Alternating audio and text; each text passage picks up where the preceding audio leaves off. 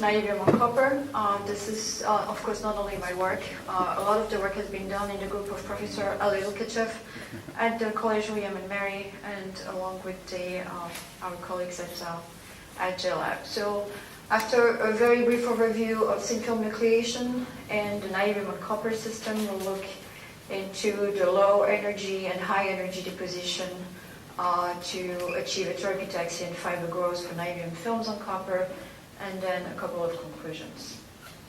So nucleation, why do we care? You're going to tell me, well, the thickness of interest for RF application corresponds to the RF penetration depth, so that's what, 40 nanometers for niobium. So however, what I'm going to tell you is that the final surface is going to be dictated from its origin. That means the substrate, the interface, the deposition technique, the ion energy, the substrate temperature that you're using. In thin films, we're talking about, we're depositing a film on the substrate, you're talking about heterogeneous nucleation, the condensation of the species on the substrate directly, or by chemical or electrochemical reaction. The condensation from the vapor involves incident atoms becoming bonded at atoms on that diffuse on the film surface until they find a site of low energy. And this atomic odyssey involves four basic processes: shadowing, surface diffusion, bulk diffusion, and desorption. So the shadowing arises from the line of sight impingement of the arriving atoms, but the last three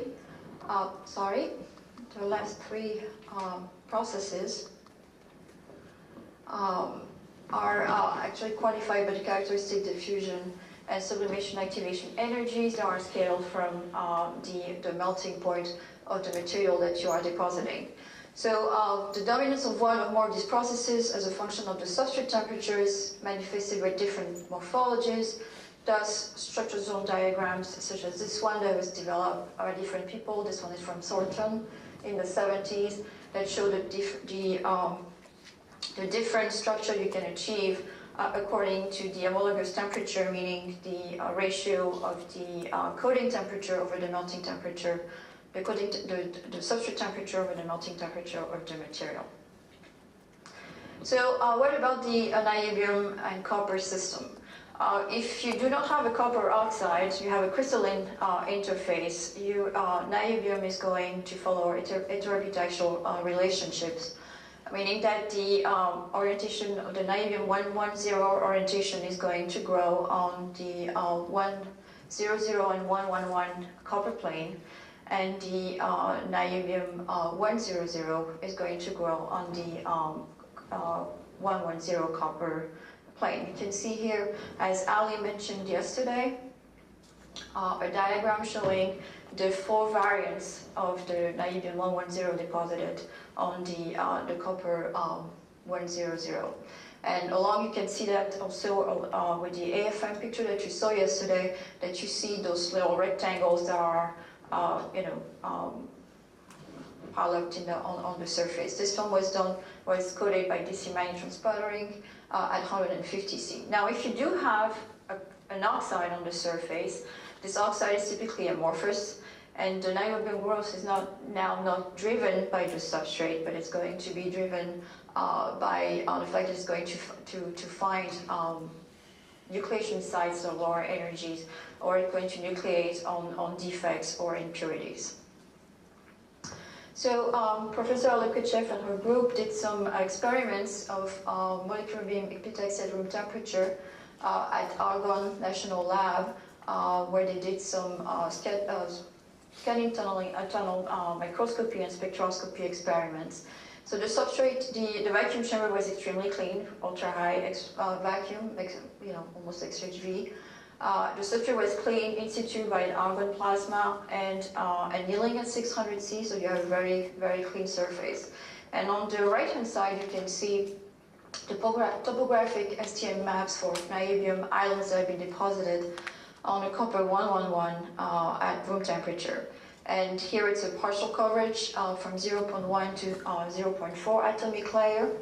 And you can see randomly distributed islands that are about two atomic layer high on the substrate and close to the step edges.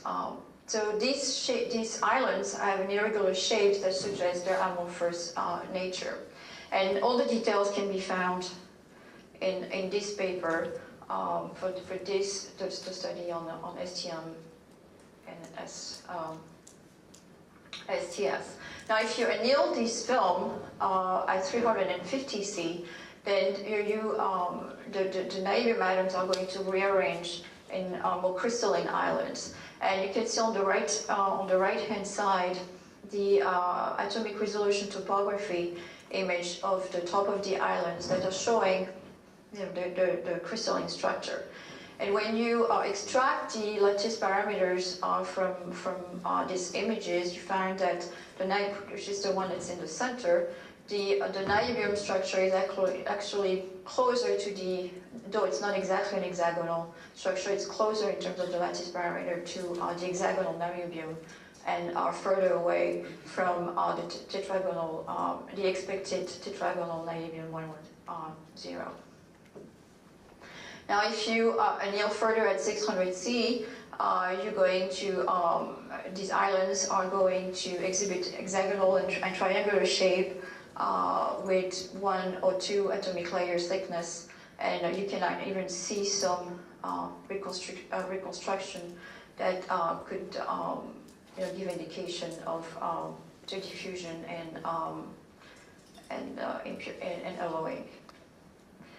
Now, this was for room temperature. Now, let's switch to same technique, so lower energy growth with MBE, but now you're heating up your substrate at 350 C, and the topographic STM maps is showing that you have, for a 1 atomic layer thick film, that you have now the three-dimensional Vollmer-Weber growth mode with islands that are up to 3 atomic layer height.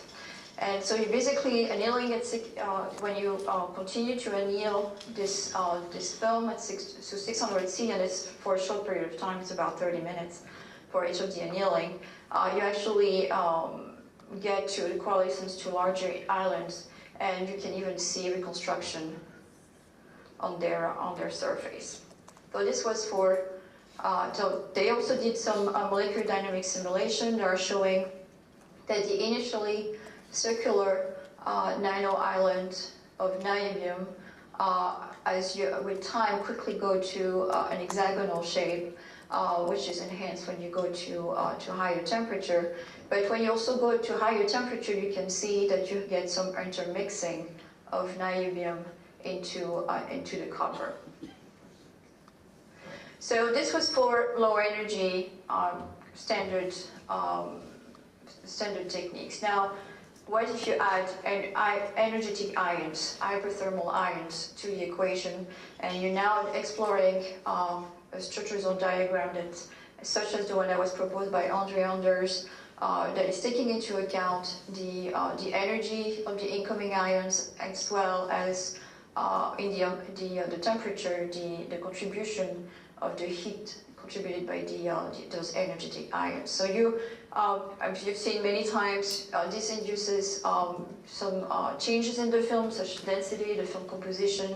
You can even switch the crystal orientation of these films. And you've seen this before, that you can easily get hetero-epitaxy of niobium on copper with the expected epitaxy and high RRR for large grain and fine grain.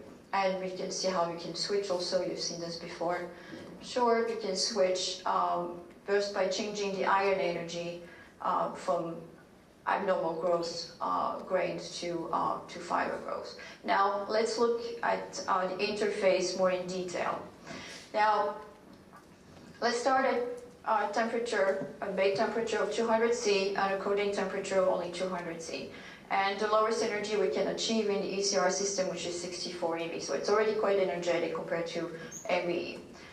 You can see here the electron backscatter diffraction map that's showing that we actually have fine-grained films, a fiber film. But the cross-section in the STEM that is shown on the right shows you along with the diffraction pattern for the layer, the interface within this film.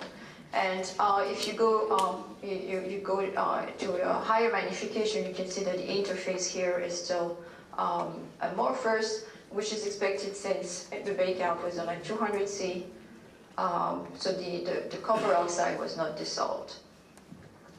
Now, if you increase the energy to 184 eV just for the nucleation, the first five minutes, and then switch to 64 eV, but keeping the baking temperature and the coating temperature at 200 C, you still get fiber growth. You can see here the polycrystalline nature, fine-grained structure of the niobium on top of the copper, along with the diffraction pattern. And here, you do have an amorphous interface that is about a couple of nanometers thick. Now, if you look at the distribution with EELS, electron energy loss spectroscopy of the copper and niobium across the interface, you get this graph right here. So even though you have a diffraction, an interface that is only an amorphous interface is only 2 nanometers thick, you can see that you do have a distribution of the niobium and copper all across it. And you basically have intermixing of niobium and copper due to the use of energetic ions. So when these ions are incoming onto the surface, they're actually not necessarily condensing on the surface, but they are sub-implanted into the surface. Now, if you do a long bake, a long period of time, a few days at 200 C, eventually you're going to dissolve your copper oxide. So now we are in the regime of hetero-epitaxy. The coating here temperature is still kept at 200 C. And you can see there's an increase in, of course you get hetero-epitaxial films. You still have some abnormal growth that you can see here with those very fine structure over here. But you get it hetero-epitaxial growth, so equiaxial grains. Now, if you look at the interface, this time around, you do have a continuous crystalline interface across between the niobium and copper. Now, looking again at the EELS signal for the copper and niobium, the one that corresponds to this sample is the one that's in the dotted blue. And you can see here that the interface is about 11 nanometers thick, even though so you have a distribution of niobium and copper across that region, even though on the diffraction pattern you could see a very crystalline and atom-to-atom interface. Now, the red curve is for the very first film that I showed you that was deposited at 64 eV and also at a lower energy and at 200 C. And you can see here that the interface is shallower than in the case of high energy. Now, let's go to high temperature. So we keep the high energy for the nucleation of 184 eV, but now we are coding at 360 C. So we increase the vibration, phonic vibration in the substrate. And you achieve, as expected, hetero-epitaxial films. But now when you look at the interface, you see this, in the cross-section, you see this band that's right over here. As you blow it up, you can see that here you still have it's still crystalline, but it's distorted. You have the copper here, the niobium, and the interface. Now, if you go more into detail, this is the interface, that region, and you have it's a continuous crystal, but you can see there are some shifting in the crystallinity, and the EELS signal is showing you that the interface, the distribution of niobium copper in the interface is over 30, almost 32 nanometers. So you have deep implantation of the niobium into the copper, which by the way leads to very high adhesion, and it's you basically cannot scratch those films off the